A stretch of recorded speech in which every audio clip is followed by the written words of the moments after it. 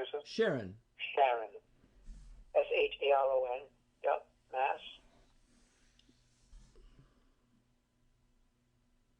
02067. Perfect. And nonprofit in this case? Well, now see, this is interesting because you are dealing with nonprofits, but Big Vision is actually a for-profit organization, correct, Nissan? It is. Right, but we're dealing with nonprofit organizations, so we'll put this in as nonprofit. Yeah, and the key, just to explain and elaborate on that, Nisam, is the end user is the focal point of that question. Okay. Even though you may be a person bringing together Paul and Michael's group to it, that's the reason for that choice. Okay. And while we may not have a church or that, we'll choose other for the moment. Okay? Yep.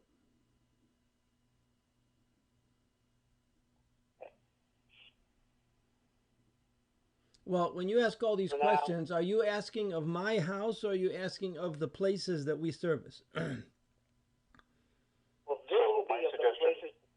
I'm sorry, go ahead, David. Sorry, go ahead. Oh, sorry, Paul. I was just going to offer, I understand from talking to Paul earlier, you have a number of areas of potential interest. Let me make a suggestion. Let me make a suggestion.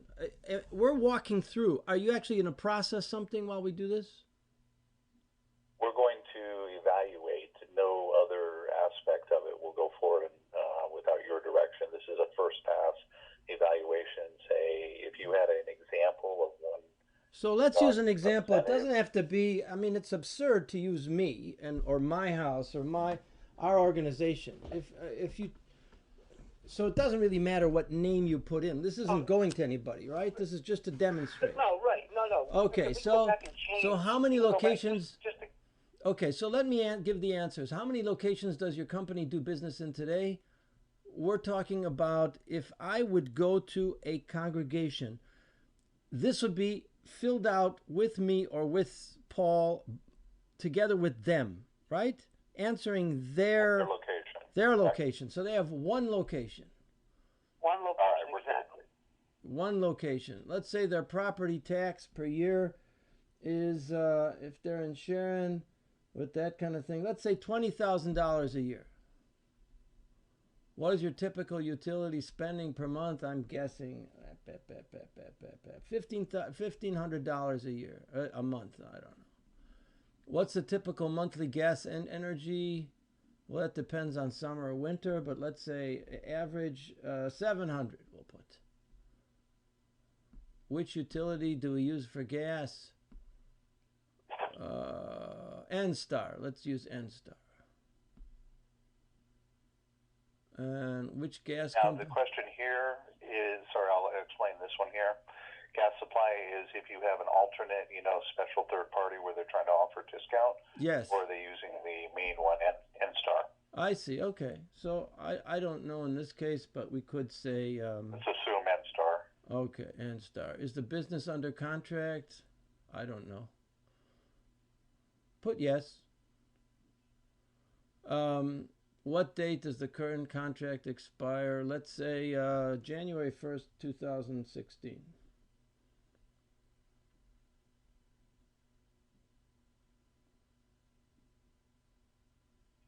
What is your typical monthly electric? Let's say $900. What utility do you use? National Grid. N-Star. Let's use N-Star. Which electric supply company? Again, N-Star. Is the business under contract? Again, the same thing. January 1st, 2016. Let's see. What date does it expire? Does the company usage that is, it's not, is a temple considered residential or commercial? Good question. I don't know. Try residential. Commercial. All right, no. Have you purchased, renovated in the last 20 hours? Purchased, renovated? Say no. So here's the thing, just for the group, right? That's worth checking because if it's considered or because it's a nonprofit, right, under a residential, it would qualify for utility audit at that I it's see. worth a look and behind the scenes. But Very good. Okay. Has it purchased renovated property? No. Next. How many employees? 5. How many full-time? 4. How much is the annual payroll? $1 million. Nice. What is your average annual full-time employee wage? $70,000. How much do your lowest wage full-time? $30,000. What is your monthly health insurance premium? That's a good one. You guys tell me. I'm never. $200, $500. Well, you got 5 employees. Yeah. 4 full time, so you're paying for the 4 full time. If you're paying 100%, oh man, that could be 15,000 a piece. I'm sorry, that's per year. So say 1,500 a month, 7,500 maybe. All right, let's put 7,500. What is your current health plan deductible? That's per person? Yes.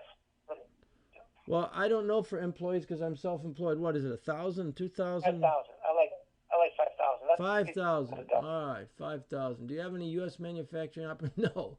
Is part of your business anyone develop software? No. Do you have high level of employee turnover and new hiring? No. How many people did you hire last year? 1. Next. How much is your workies comp? I have no idea. Okay. So now, does a synagogue require workers' comp insurance? We have to get an answer to that. But let's say you do. Okay. And let's say it's each year. It's a low risk, so you're probably low on the scale. I would say, let's say you're paying $2,500 a year in workers' premiums. Is your business self-insured? How much do you spend on waste and recycle per month? Well, I turn to you. I have no idea. Right. So if you're going to go a dump a week and it's a 6-yard container, let's say it's $125. So let's call that $500. All right. How much you spend on parcel shipping per month? Yeah. Parcel shipping. Outbound mail. Yeah, outbound mail. All right. Let's say $1,000 a month. I don't know. Carriers used DHL, FedEx. It's just a postal service. No, none of them. Okay, we'll leave that open then. How much do you spend on cell phones per month? This is a good one. All 5. Well, you got 5 employees. Say all 5 have one. Well, you know what, David? Why don't we do this? Put in 500. Okay, that's not going to qualify yet. Do you accept 750? Put in 1,000. Okay, so when you reach 1,000, you can see you would qualify for a cell phone audit. So we talked about that today. Yeah. The higher the number, right, you reach a point where you then qualify. For us to take a look at it and have the experts look at that at your bill to conduct an audit. Right. Okay. Okay. Now, also, if you look at the top right, the black box there, you've got under recurring expenses, you've got potential savings target of $3,840 to $7,080 in savings right now. Okay. What does that mean, recurring? Yearly? So that's a projection of the savings potential per year that would be delivered monthly. It could be higher depending on what they find when they go in, but it's meant to be representative. And as soon as we answer this last question, I'll show you how that's broken up. All right. Do you accept credit card payments? Yes.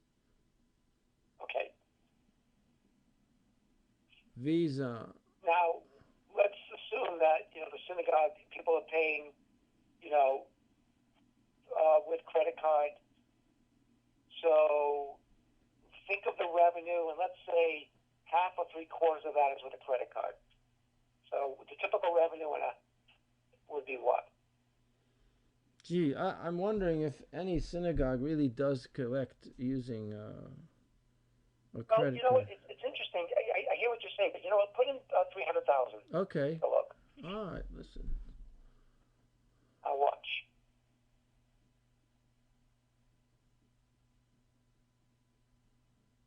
Okay, so now you've got the credit card audit. You've 300,000 is the threshold, and you qualify for that audit. Yeah. And if you do take credit cards and you do reach that 300, it's the savings can be pretty good. So we'll address that when we start looking at each individual temple. Okay. Okay. And just to explain what Paul's describing there, Nitzan, is this credit card audit. This is actually going to have a range here because there's a service provider that's active now that we can project what that range will be, as Paul's describing. So the next upgrade of the software coming in about a week will project that, but that would add to this 3840 to 7080 range. Yeah. So it'd be additional savings potential. And go ahead, Paul, sorry. No, go ahead. Yeah, so I'll navigate this part here for the group. So what you can see here on the right are examples of companies who have used the service. Yeah. How much has been saved to date by companies that have used it. This is a quote from an actual user, a CFO in this case, from a contracting company. If we go through and look at the contract audit, credit card audit, same kind of scenario, gas auction, same kind of scenario, waste and recycling audit. So these are people that have already been able to take advantage of and use that representative quotes, logos of businesses that have done that, depending on the service or the service provider. Yeah. Okay. Okay. And the other way to look at this, you see everything here is in orange in the report summary view. I don't see any orange. Savings programs currently qualified, but everything in orange means that's a recurring savings program, as was described by Paul earlier. One thing just to bring you back to also think through potentially with some of your member community that you might be engaging. This question down here about purchased or renovated property. Yeah. Depending on the synagogue's activity, being new or not, or if they've done a renovation internally, this brings up a set of questions that could qualify for potentially a large-scale commercial property incentive review, for example. So that's something to consider. Maybe not in the case of the one we looked at, but just an FYI on that one, which could certainly add to what's going to show up here in this domain, particularly for the tax services side. Mm-hmm. Okay. Make sense? And that would only apply if you are not tax exempt. So if you're exempt from paying any sort of property tax or income tax, being a nonprofit, correct me if I'm wrong, David, it wouldn't necessarily apply because there'd be no. Depends how it was set up for the individual synagogue. Correct. Yeah. Okay. Exactly. Okay. So that would Nitzan, you can see how. Yeah. I'm sorry. Go ahead, David. No, please go ahead. My apologies. Go ahead. No. So David, within 10 minutes, he's kind of brought us right through the process. The more. So we talked about this. A sheet of critical questions to ask or information ahead of time. So the more information that we know, or as accurate as we can get, and we can plug it in, we can go through this very quickly. And again, we won't know until we actually get this in the hands of the auditors.